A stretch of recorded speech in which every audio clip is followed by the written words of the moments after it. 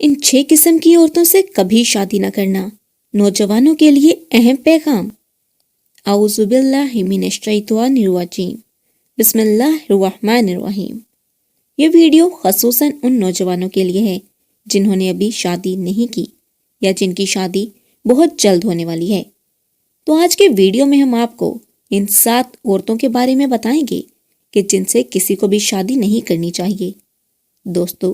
اب آپ یقیناً یہ سوچ رہے ہوں گے کہ ایسی کون سی عورتیں ہو سکتی ہیں کہ جن سے شادی ہی نہیں کرنی چاہیے۔ تو اس کی وجہ میں آپ کو بتاتی چلوں کہ آپ کے ساتھ ہم ایک عرب فولک وزڈم کا ایک واقعہ شیئر کریں گے، اور اس کے بعد آپ یقیناً ہم سے ایگری کریں گے کہ واقعی ان 7 عورتوں سے جن کا ذکر اس ویڈیو میں کیا جانے لگا ہے، ان سے شادی ہرگز نہیں کرنی چاہیے۔ یہ تو ہم سب جانتے ہیں کہ عرب میں کثیر الزوجی کا یعنی زیادہ شادیوں کا رواج ہے۔ چنانچہ یہ فولک وزڈم کا نمونہ جو ہے، اس کو آپ کہہ سکتے ہیں کہ یہ نہایت آزمودہ ہے، اور مبنی برحق کہتے ہیں کہ ایک عرب دانا نے اپنے بیٹوں کو نصیحت کی کہ 7 قسم کی عورتوں سے کبھی شادی نہ کرنا، خواہ وہ حسن و جمال اور مال و دولت میں بے مثال ہی کیوں نہ ہوں۔ وہ 7 عورتیں یہ ہیں: انانا، منانا، کنانا، ہنانا، ہداکا، براکا اور شداکا۔ بھائیو، یقیناً یہ تمام الفاظ آپ کے لیے اجنبی ہوں گے، چنانچہ ہم ان کو تھوڑا سا ایکسپلین کرتے جاتے ہیں کہ سب سے پہلے جس عورت سے، خواہ وہ کتنی ہی خوبصورت کیوں نہ ہو، کتنی ہی امیر کیوں نہ ہو، جس سے شادی نہ کرنے کا کہا گیا ہے، وہ ہے انانا، یعنی وہ عورت جو ہر وقت سر پر پٹی باندھے رکھے، یعنی ہر وقت وہ شکوہ شکایت ہی کے موڈ میں ہو، اور ہمیشہ اس کا مزاج بگڑا ہی رہے، اور یہی اس کی روٹین بن جائے کہ وہ سراپا شکایت بنی رہتی ہے، ہر بات میں مین مف نکالتی ہے اور کیڑے نکالتی ہے، اور ہر وقت سر پر پٹی باندھے رکھتی ہے۔ اس کے بعد دوسری عورت جس کا ذکر کیا گیا ہے، وہ ہے منانا، وہ عورت جو ہر وقت مرد پر احسان جتاتی ہے کہ میں نے تیرے لیے یہ کیا، میں نے تیرے لیے وہ کیا، میں نے تجھ پر یہ احسان کیا، تو کچھ بھی نہیں رہا تو میں نے یوں تیری مدد کی، لیکن پھر بھی مجھے تجھ سے کچھ حاصل نہ ہوا۔ دوستو، یہ کم ظرفی کی نشانی ہوتی ہے، اور کوئی بھی شخص اپنی ساری عمر کسی ایسی شخصیت کے ساتھ گزارنا کبھی نہ پسند کرے گا جو کم ظرف ہو اور بات بات پر احسان ڈال کر شرمندہ کرنے والی پرسنالٹی ہو۔ ایک بزرگ صوفی شاعر کا شعر کا مفہوم ہے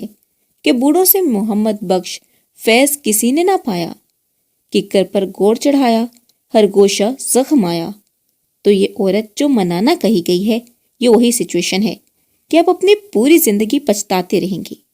اگر اس کا مزاج ایسا ہے کہ وہ ذرا سی مہربانی کرنے کے بعد آپ کو مسلسل اس کی یاد دہانی کرواتی ہے۔ دوستو، اس کے بعد تیسری عورت کا ذکر ہے، وہ ہے کنانا، یعنی وہ عورت جو ہمیشہ پیچھے کی طرف دیکھتی رہتی ہے، ہمیشہ اپنے ماضی کو یاد کرتی رہے کہ فلاں وقت میں میرے ساتھ یہ تھا، وہ تھا، فلاں وقت میں میرے والدین کے گھر پر تو یوں ہوتا تھا، لیکن تمہارے گھر میں تو کچھ بھی نہیں ہے۔ مجھے اپنے ماضی میں تو یہ سہولت میسر آتی تھی، مگر اب تو میں تمہارے پاس آ کر رل گئی ہوں، برباد ہو گئی ہوں۔ دوستو، ایسی خاتون کو کنانا کا لقب دیا گیا ہے جو اپنے حال میں جینے کے بجائے ماضی میں جیتی ہے۔ اس کو ماضی اتنا پسند ہے اور وہ اپنے مرد کو تانا دیتی ہے۔ دوستو، یہ وہی عورتوں کی کیٹیگری ہے جو ہم میں سے اکثر بھائی شکایت کرتے ہیں کہ جو میری شریک حیات ہے وہ یوں تانا دیتی ہے کہ شادی سے پہلے تو تم ایسے تھے، مگر شادی کے فوراً بعد تم بدل گئے ہو۔ چنانچہ اسی لیے اس عرب دانا نے اپنے بیٹوں کو نصیحت کی کہ کنانا عورت سے کبھی بھی شادی مت کرنا، خواہ وہ حسن و جمال میں لاجواب ہو، حور پری ہو، یا مال و دولت میں بے مثال ہو۔ ان 7 عورتوں کی فہرست میں چوتھا نمبر اس عورت کا ہے جس کو ہنانا کا لقب دیا گیا ہے۔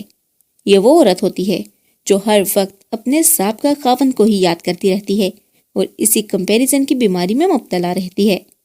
وہ یہ کہے گی کہ میرا سابقہ خاوند تو بڑا اچھا تھا، مگر تم تو ویسے ہرگز نہیں ہو،